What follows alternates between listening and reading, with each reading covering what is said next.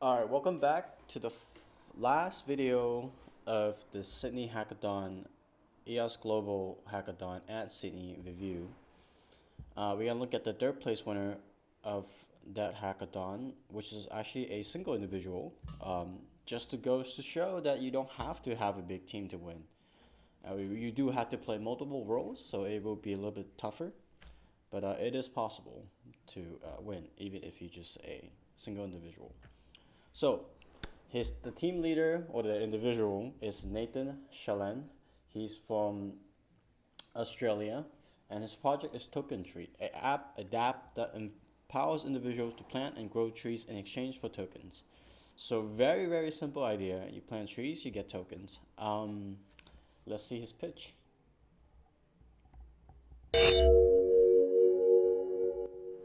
3 minutes on the clock.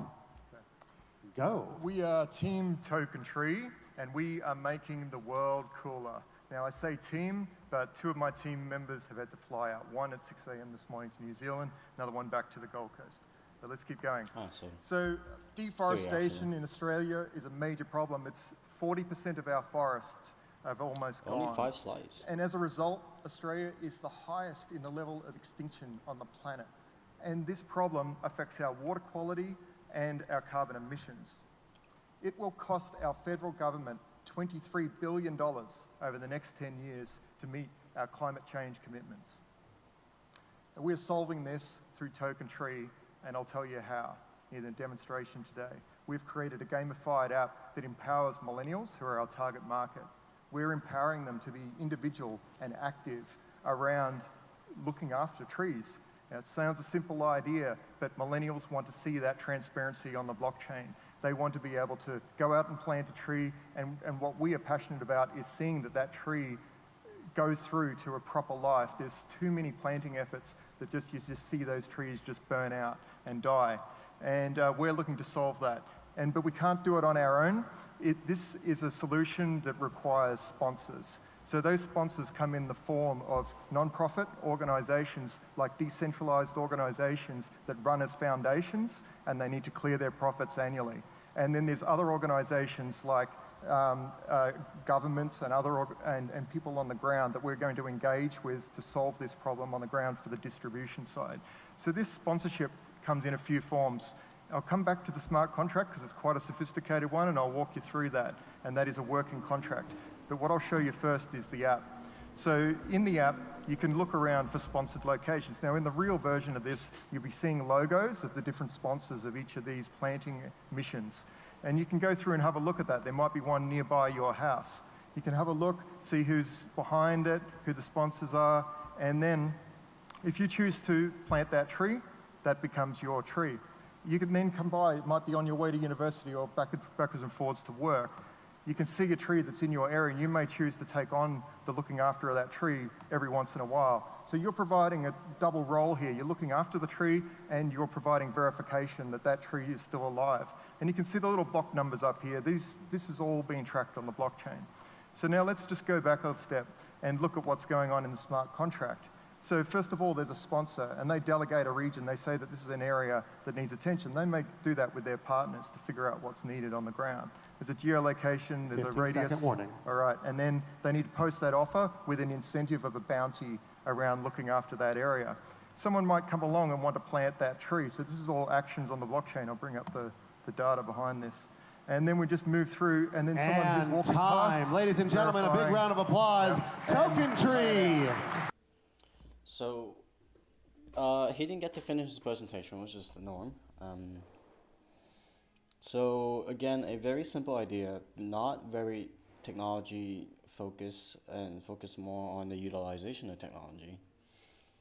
Utilization of the EOS blockchain to track the well-being of trees, and reward people for taking care of trees that has been recorded on the blockchain.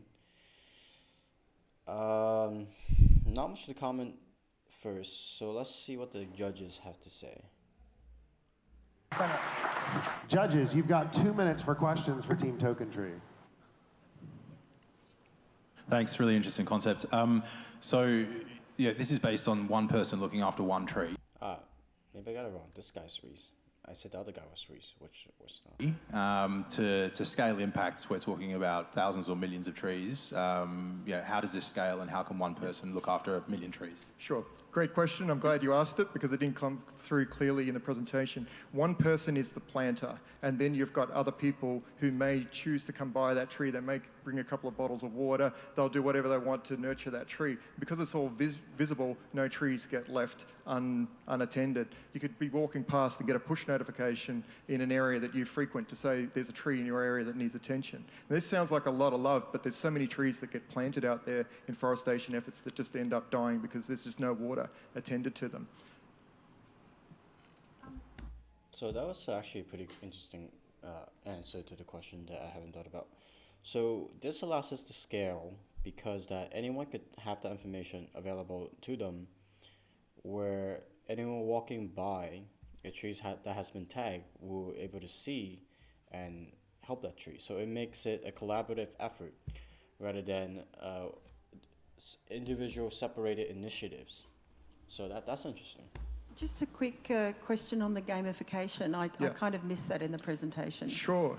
So the gamification is really around the tokens. Ultimately, people who are involved in this effort, particularly millennials, want to also be ultimately sponsors. So the more coins that they grow, they can ultimately become a sponsor as well and be visible. So the sponsorship is not just as organisations; it's also individuals. And back to that scaling question. Sorry, 45-second one. Yeah, I didn't actually answer that completely. Internationally, obviously there would be partners involved in that, and also missions for areas that may not be as technologically advanced as what we are, but there'd be missions associated with that, and then training up of people in the area also to maintain that. Yeah. Any last questions? Okay. Thank you very much. A warm round of applause. Token Tree. Token Tree, it takes a bold man to come up on stage when your team has to run. Okay, so good questions. Gamification, he didn't clarify that point. He just kind of do it out there, saying that if more people wants to use the platform, they will purchase more tokens, and they will become, by purchasing those tokens, they will keep the ecosystem or the gamification going, the game going, so to speak. So interesting idea. Man.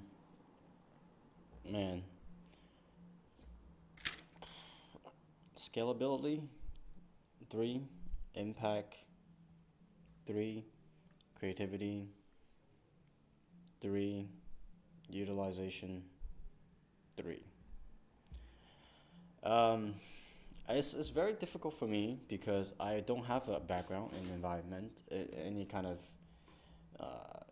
anything related to environmental preservation. So I can't really, I'm not a good judge of these projects. And I think that's something you should take into consideration when you're forming a team. You want a diverse team. You want people who have the background that fits, you don't want to have people that doesn't have the same background as you, so you can take a look at it differently.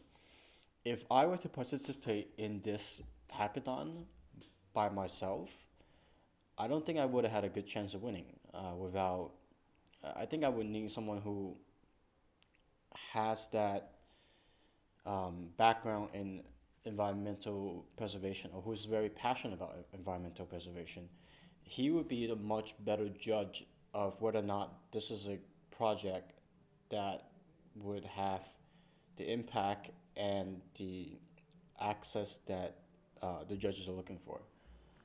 So yeah, that's Token Tree. Their place winner has 12 points in my books, but again, I'm not a very good judge of these projects. So that wraps it up for the Sydney Hackathon wrap up. In the next video, we're gonna take a look at just the basic information of the London Hackathon. We're gonna go over the 2 judges of that hackathon, which is Brendan Bloomer and Dan Larimer. The challenge have not been reviewed yet, so that'll be interesting. But we try to do a little bit more digging into their backgrounds, and hopefully we come up with something interesting, and we'll take a guess at what the challenge potentially could be. I think I have an idea based on these last 2, but it would just be conjecture.